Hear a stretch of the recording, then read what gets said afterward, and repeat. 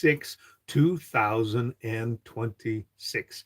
And what's really interesting is how quickly this particular um, year is going by. Well, here in Alberta, for the last few days, we've been dealing with a snow event. That is very unusual for this time of year. And it was quite the week here in Alberta. The first 2 days of the week, we found ourselves with, summertime temperatures. And then as the week progressed, here we found ourselves on Thursday and Friday, and even part of yesterday, we were dealing with some snow events. And now, of course, as the days progress, the weather is going to get warm and we're actually going to see the snow disappear. It was interesting that when the sun came out yesterday, it was seeing the snow melt in so many different places was pretty impressive. So that's great. Well, today we're going to be talking about a phrase called don't leave it for later. Many people will say to me, well, I'll just leave it for later. Maybe it's something that you yourself have said from time to time. I'll just leave it for later. That word is called procrastination, and procrastination can be very expensive. For example, if you decide to leave a major house renovation till later and there's something definitely wrong, well, guess what? It can be very expensive. Let me tell you a little incident that happened to my daughter at the end of February and also into early March. The first one was it was a Monday afternoon, and my daughter was saying to me, Dad, there's something wrong with my furnace. I say, what do you mean? What's wrong with furnace? She says, I've been hearing a hissing sound for the last, since at least last night. I said, well, that doesn't sound good. Why don't we go down and let's check this out? Well, as soon as we went down, there was this pipe in her house that was spewing out water. Now, I could have said, let's leave it till later. No, that was something that needed immediate attention. So the first thing, of course, I did was walk over and turn off the main shutoff. And it did slowly stop the pipe and the water from spewing. Well, of course, my daughter called the plumber because, it was a serious situation. So the plumber comes over and he fixes up the pipe, and we were able to clean up the area, and it turned out okay. But that was a situation where you couldn't leave it to later, because if you leave it to later, there was going to be more damage. The second thing that happened to my daughter, within a week, she said, Dad, my house is cold. And I said, what do you mean your house is cold? So I come over, and sure enough, her furnace was out. And so again, we called the same plumber, and he came and he fixed the furnace. In both situations, you couldn't leave it till later. And so in some situations, leaving it till later is not a good idea. Now, for example, let's say that you have to do some garden work and you think to yourself, like what I was thinking was this situation where on Monday and Tuesday, it was, of course, very warm. So I did certain things outside because I knew the snow was coming. But there are some things, because of the snow, I can leave it till later. There are some situations where, of course, you leave it till later, but that's only because you've made a choice. But so many times we have other things in our lives that all of a sudden call us to the urgency and to the crisis. There's always going to be an urgent situation. There's always going to be a crisis. And sometimes those urgent things and those crisis things are brought on us by others. But so often in our decisions, we basically say, hey, I'm going to leave it to later.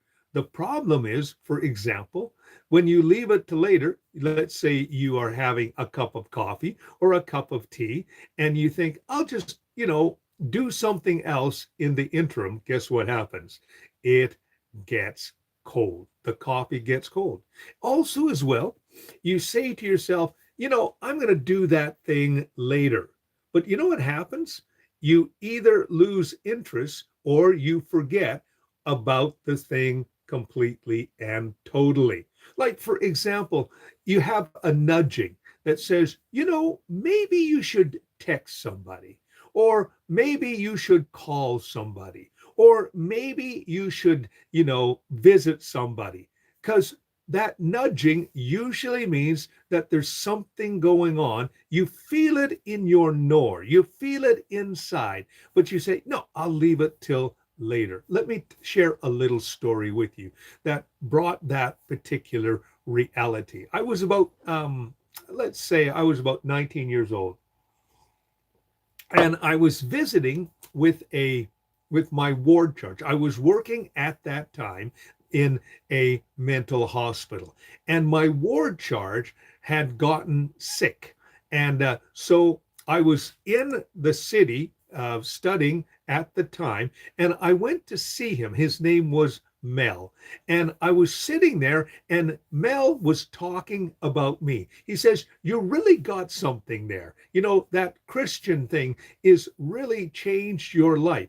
In that moment, I felt that prompting, that urging, that nudging that I should tell Mel about the Lord and share my testimony and my experience. But I thought, no, um, I'll wait till later. That's exactly what I said. In my mind, it didn't seem, in the natural, it didn't seem right. And I felt that urging, that nudging.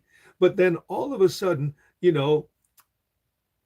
he changed the subject. And I thought, okay, there's my out.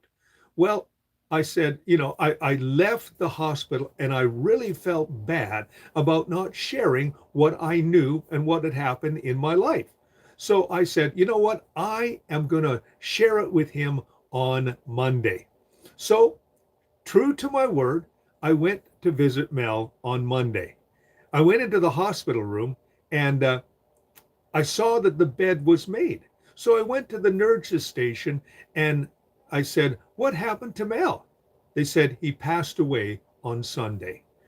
In that moment, I discovered something, and that was there are certain things that you can't leave till later.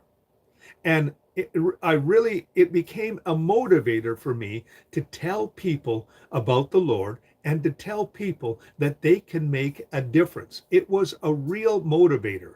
And I remember sharing the story with his daughter, and she says, you should have told my dad. And I said, yes, I should have, but I'm telling you. And so I shared with her what the Lord had done in my life. And I made a determination that from then on, I was going to be a positive influence and I was going to be a motivator to encourage people not to leave it till later, because we can lose interest. Also, as well, we can make excuses for ourselves. And I want to tell you something. Every single day, you and I can touch somebody in a powerful and dynamic way. Also, the problem is that later the day turns into night. Later, people grow up. Here's a perfect example. When I was younger, and I had, it was in my first church. And I remember a very specific time where I came home for lunch, which was in those days a little rare. And so I walk in through the door, and my son, Robert, who is, I believe, about 2 years old, said to me, hello, Pastor Daddy. And I said, wait a minute, I'm your dad. I'm not in his mind, because I had spent so much time doing what I was doing. And, I was no longer dad, I was Pastor Daddy. And so I sat down and I said, I'm your dad. And then I went into the kitchen and I said to my wife, have I been spending too much time with the church? She said, yes, you have. From that moment forward, I made a decision that my children were going to become more important than what I was doing. You see, and that can happen to so many individuals, especially men, because men are wired to, of course, to protect. They're wired to work, and part of our identity is what we do. And it's amazing how many men, in the pursuit of, taking care of their family and providing for their family, that basically they work themselves really, really hard. And what can happen is the children have the right things and the provision, but they don't have their dad. They don't have that influence. And the problem is, and this has been statistically proven, 85% of our children's self-esteem come from their father. That's right. What their father feels about them is how they will feel about themselves. So if you have a father that is absent, you know what? A great portion of their self-esteem and where their confidence comes from has been missing. And so I've always encouraged parents to spend as much time with their children as they can, because before you know it, those children grow up very quickly. This last week, for example, my youngest son had his birthday. He has, of course, 3 children, and all of them are under the age of 8. And when I was talking to my son, I said, make sure that you spend as much time with your children as you can. My son is a farmer and he works very hard. But the beautiful thing is, he has a position where he can spend time with his family during the day. And I have encouraged him to do that because, his daughter just turned 8 years old. And now she's starting to get into that transition time where her friends are just as important as her parents. And she's gravitating towards her friend. And she loves her dad, but she's also as well growing up. And so as she grows up, she if my son does not keep those close communication and connection with his daughter, before you know it, she's going to be a teenager and he'll be asking the question, where did the years go by? And one of the things that both my wife and I determined, that as our children was growing up, that we would have one meal together every day with our children. And it worked quite well. We have a very close relationship with our children, but it was a choice that we made. You see, later, of course, people grow old. And that's why we also need to continue not only having relationship with our children, but with our friends and also as well with older people. That's why I encourage, for example, children to keep lines of communication open. There's a song that was called Cats in the Cradle, and it was Harry Chapin, Harry Chapin, who sang the song. And basically, when he sang the song, his other name was Cat Stevens, of course. He talks in that song how that there was a dad who was having a relationship with his son. And basically, the son says, I'm going to grow up like you, Dad. And of course, that's exactly what happened. The man neglected his relationship with his child, his son. And what happened was, when he got older, his son couldn't spend time with him because of a job and because of his children growing up. And in that song, he was basically saying, listen, spend time with people that you love, because you never know that relationship will break down and you won't have a relationship anymore. So keep up those relationships and make sure that you are, every day or as often as you can, spending time with the people that are really important, family and friends. And that's why it's important to, call somebody, to text somebody, to visit with somebody, do something today that will show that you still care and that you're still interested, because later people grow up. Later people grow old. And I have a friend whose name was John, and John was a pastor friend, and John made a decision, and I thought it was a great decision. He was living in Ontario at the time, but when retirement happened, he made a decision that he was going to become the main caregiver for his elderly parents. He moved from where he was to where his parents was, and basically made the decision to become their caregiver. And you know what? It was a good decision. And recently his mom passed away, but he was able to be part of that journey. And he's often said on social media, it was the best decision that he ever made. It wasn't an easy decision, but it was the best decision because it gave him a chance to reconnect with his mom and with his dad. And now he's spending as much time with his dad as he can because he knows his dad is older, and he knows that his dad is mourning at the loss of his loved one. And he's able to walk through that journey. People get old. And one of the biggest problems that seniors are facing right now is loneliness. And the reason why they're feeling lonely is because of the fact that their children are so involved with their own lives that basically they have forgotten about their children. We live in a society right now, in North America particularly, that children are taught at a young age to become independent.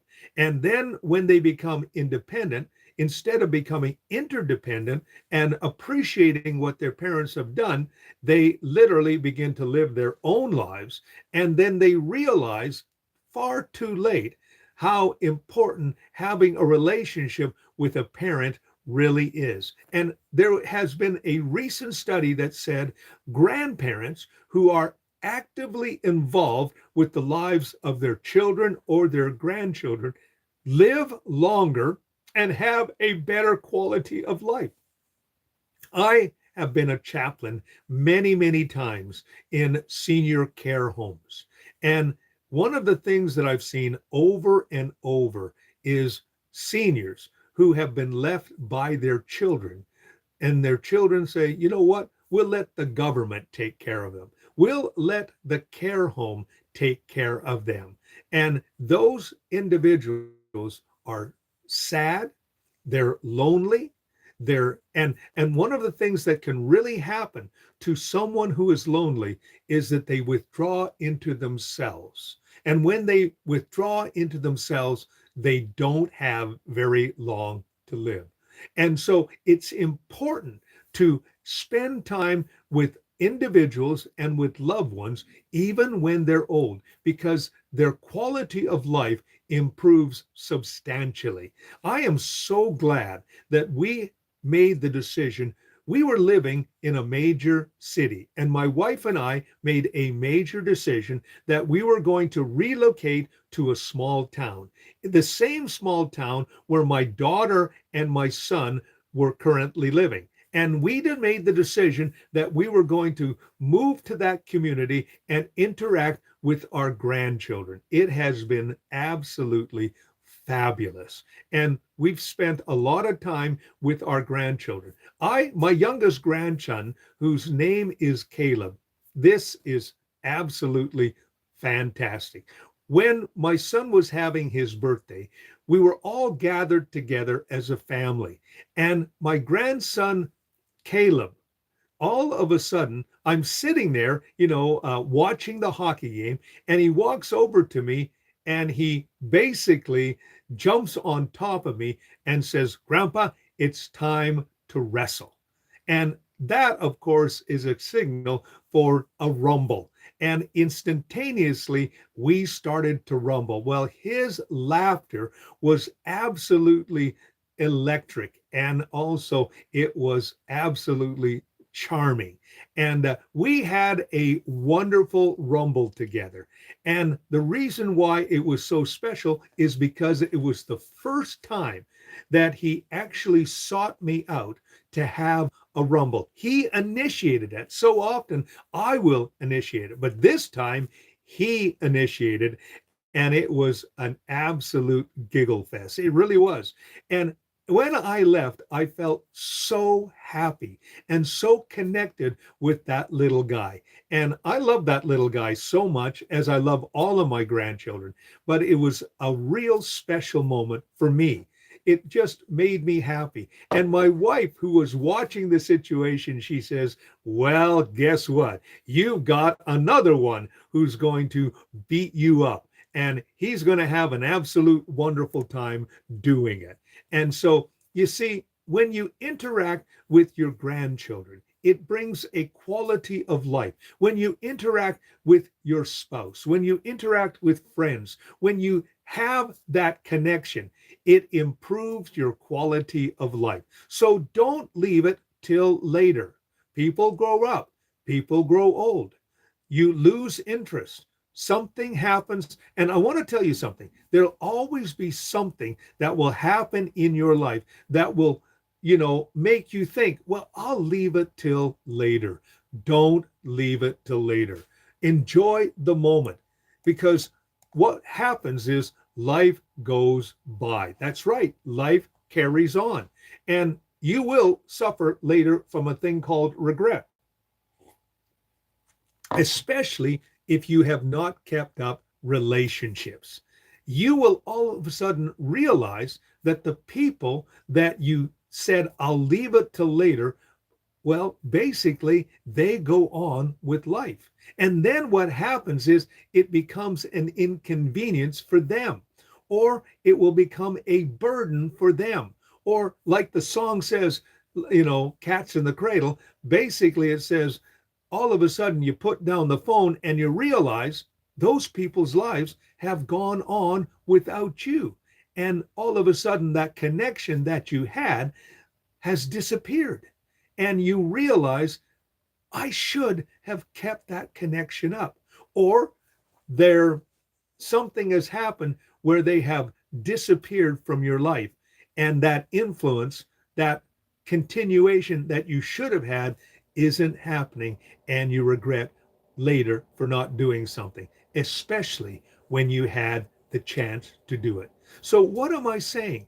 Don't leave it till later. Seize the opportunity when it actually happens.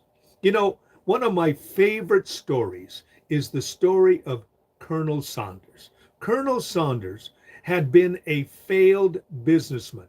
But the one thing that he could do was he could make chicken. And he had a special recipe of 11 different herbs and spices. And he made a decision that he was going to take his first Social Security check and he was going to invest it into a chicken business.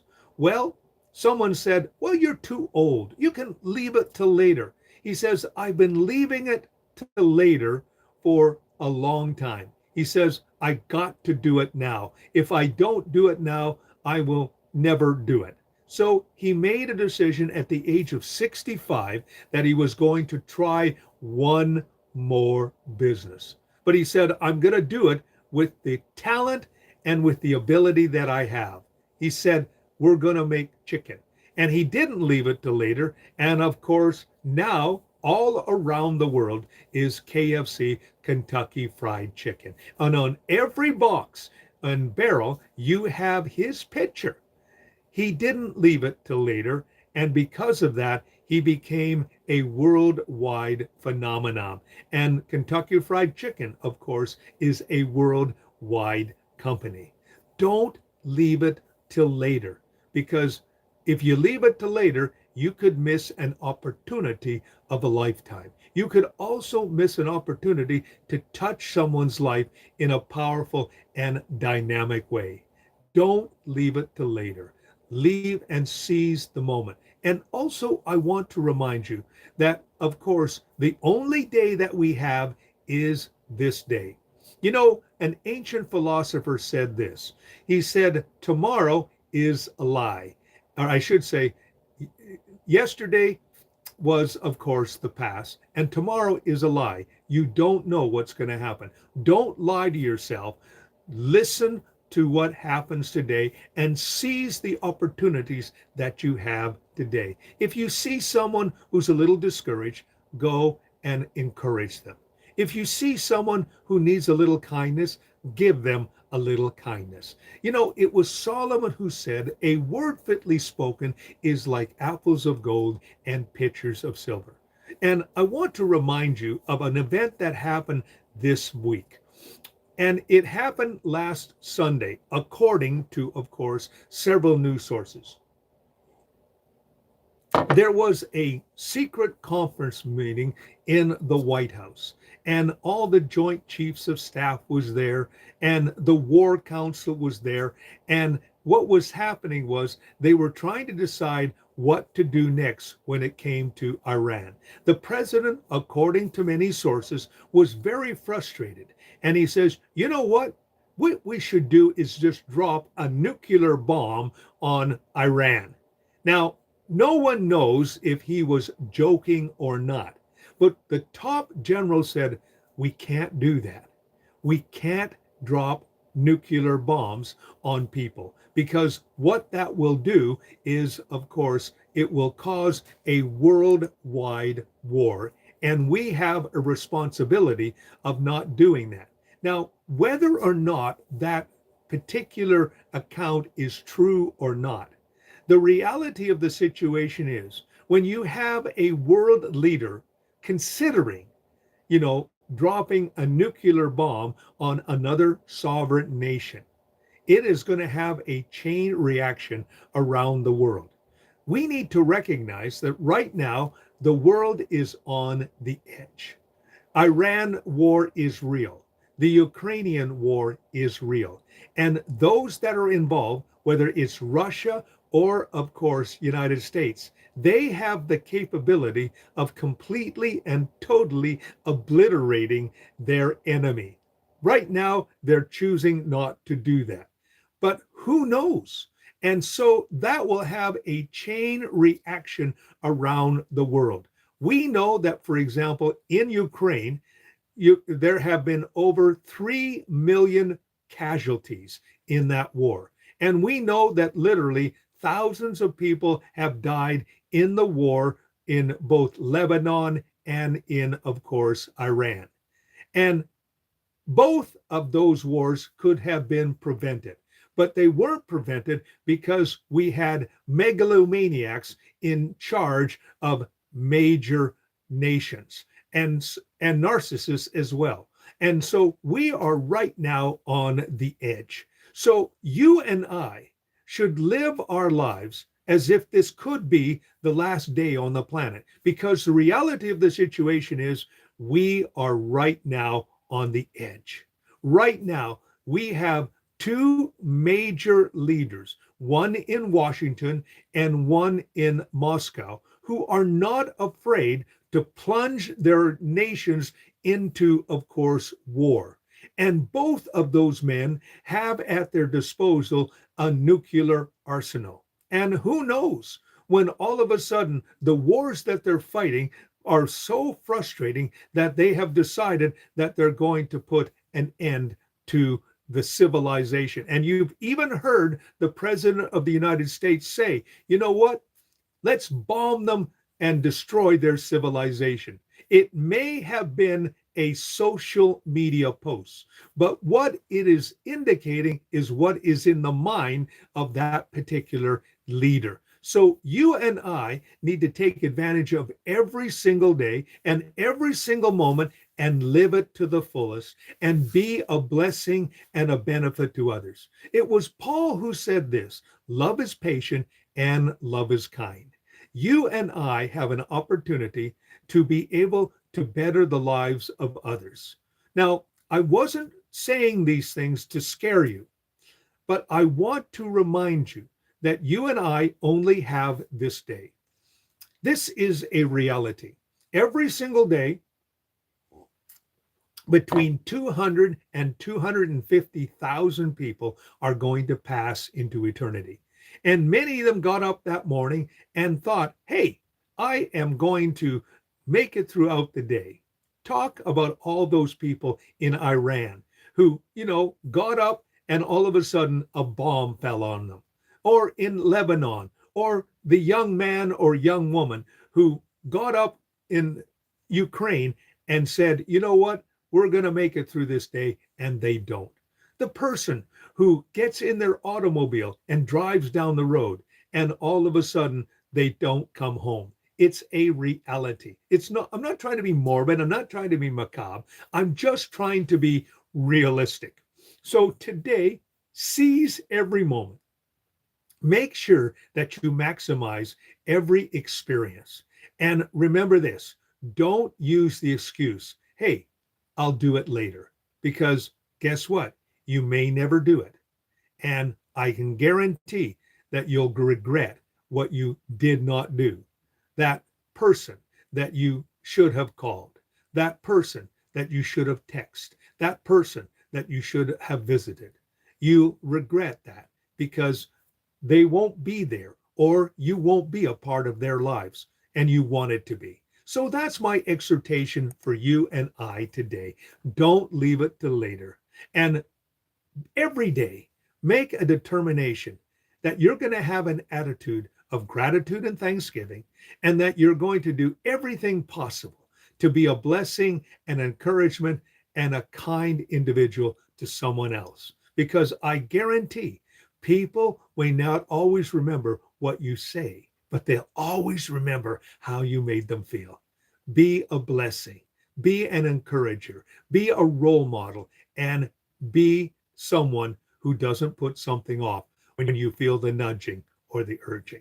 My name is Robert Dean Steele. Thank you so much for spending time with me today. And this is one of the reasons why I constantly do all these videos. And if you like what you're hearing and seeing, please press the like button and subscribe to my YouTube channel. Would you also as well check out my daily YouTube shorts? I do several of them every single day, and each one of them is designed, of course, to encourage, inspire you, and to also as well push you to be a better person. I do those every single day, and check those out as well. Also, I want to thank everyone who has subscribed to my YouTube channel. I certainly appreciate every single one of you. And thank you for doing that. And thank you for pressing the like button as well, because it motivates me to continue on doing what I do. It's easy for me to say, you know what? I don't really want to do these videos today. But you know what? I don't want to leave it till later, because maybe something that I have said will touch someone's life in a positive way. That's why I do what I do on the different platforms. And it's absolutely wonderful. And it motivates me to continue doing what I do. So thank you for pressing the like button. Thank you for watching my YouTube shorts. And thank you, of course, for subscribing. You have yourself a great and godly day.